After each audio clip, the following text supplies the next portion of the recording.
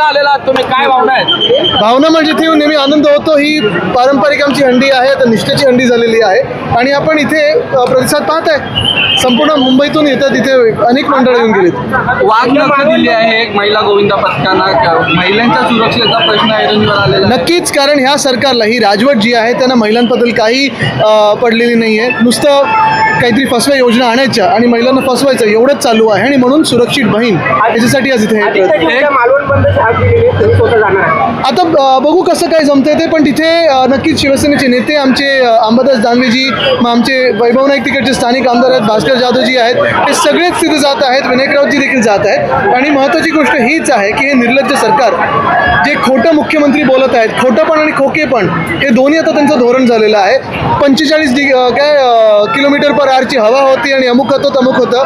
हा आपटे नावाचा मुलगा कोण आहे, कोणाचा मित्र आहे, का कॉन्ट्रॅक्ट दिलं गेलं, जूनमध्ये डागडुजीसाठी पत्र नेहमी दिलं होतं, हे खरं आहे का? आणि सगळ्यात लाजीरवाण गोष्ट ही आहे की आता पडल्यानंतर मिंदेंनी ढकलून दिले नेव्हीवर.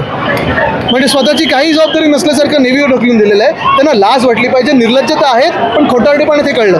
एकनिष्ठेची हंडी होती, एकनिष्ठच आता कमी झालेले पाहायला मिळत आहे. 2024 नंतर अशीच हंडी तुम्ही देखील फोडणार आहे? मला वाटतं आपण पाहाल की 2024मध्ये महाराष्ट्रात महाविकास आघाडीचं सरकार स्थापन होईल आणि नक्की इथे चांगलं सरकार एक जनतेला मी देऊ.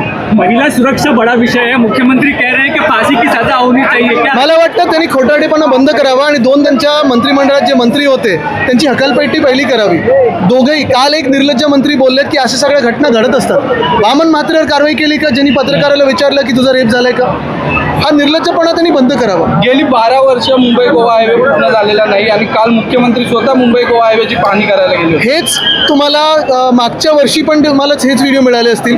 एका टोळीने तिथे आंदोलन पण केलं, टोलची टोळी होती, पण ह्या टोळीने आंदोलन करताना सांगितलं आमचा गडकरी साहेबांवर विश्वास आहे. गडकरी साहेबांवर एवढा विश्वास आहे की गडकरी साहेबांनी मुंबई गोवा असेल, मुंबई अहमदाबाद असेल, मुंबई नाशिक असेल, या 3 हायवेची तर वाट लावून ठेवलेली आहे आणि त्यांचं खोटं विकासाचं मॉडेल हे लोकांसमोर यायला लागले. मग गणेश उत्सव काळातच मुंबई गोवा हायवेकडे लक्ष जात आहे? नाही, नक्कीच, कारण पावसाळ्यात आहे. पण हे आम्ही आधीपासून बोलतोय. मुंबई नाशिक असेल, मुंबई नाशिक तर मी 2 वर्षापासून सतत बोलत आलेलो आहे आणि मी मुद्दामून मुंबई नाशिकवर प्रवास करत असतो, वंदे भारत घेत नाही. कारण मला तुम्हाला पण दाखवायचं असतं की ह्या रस्त्याची जी काही परिस्थिती एवढी वाईट आहे. तर मला वाटतं हे गडकरी साहेबांनी उत्तर द्यावं, कारण ते आम्हाला यूट्यूबवर सांगत असतात की 5 मिनिटात 5 किलोमीटर बनवतात.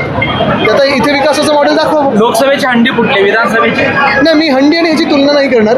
हे वेगळं असतं, निवडणुका वेगळ्या असतात. प्रत्येक वेळी काही राजकीय नेते आता ही हंडी फोडू, ती हंडी फोडू, मग असं दाढी वगैरे खाजवतात, तसं आम्ही करतो. जी MPSCच्या विद्यार्थ्यांची परीक्षा पुढे ढकलण्याची मागणी पूर्ण झाली, पण कृषी विभागाच्या बरोबर आहे, अद्याप काही एक्झॅक्टली. कारण कृषी विभागात जे मंत्री महोदय आहेत ते बदल्यांमध्येच व्यस्त झालेले आहेत आणि म्हणून ही जी काही GR तो निघायला पाहिजे होता तो निघालेला नाही आहे. आपण पाहत असाल की प्रत्येक वर्षी गेल्या 2 वर्षामध्ये आपण पाहतोय की साधारणपणे ह्या मुलींना आंदोलन करायला बसायला लागतं.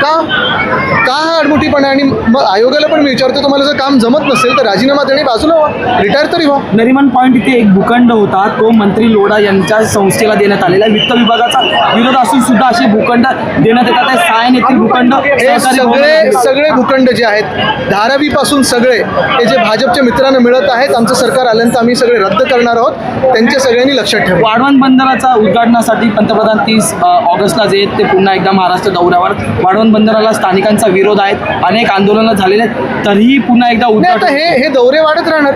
पण आपल्याला आठवत असेल 2017 साली डॉक्टर बाबासाहेब आंबेडकरांचं स्मारक, आता भीती हीच आहे की पुतळा असंच काय बनवणार आहेत का? म्हणजे भीती ही आहे. दुसरं म्हणजे शिवस्मारक, कुठे काय पुढे कारवाई झाली? काहीच नाही. हे खोटं बोलणारं सरकार आहे. भाजप हे खोटं बोलण्याचा पक्ष. मुख्यमंत्री म्हणतात विधानसभेची हंडी फोडणार. मी तेच बोललो ना आता. ठीक आहे.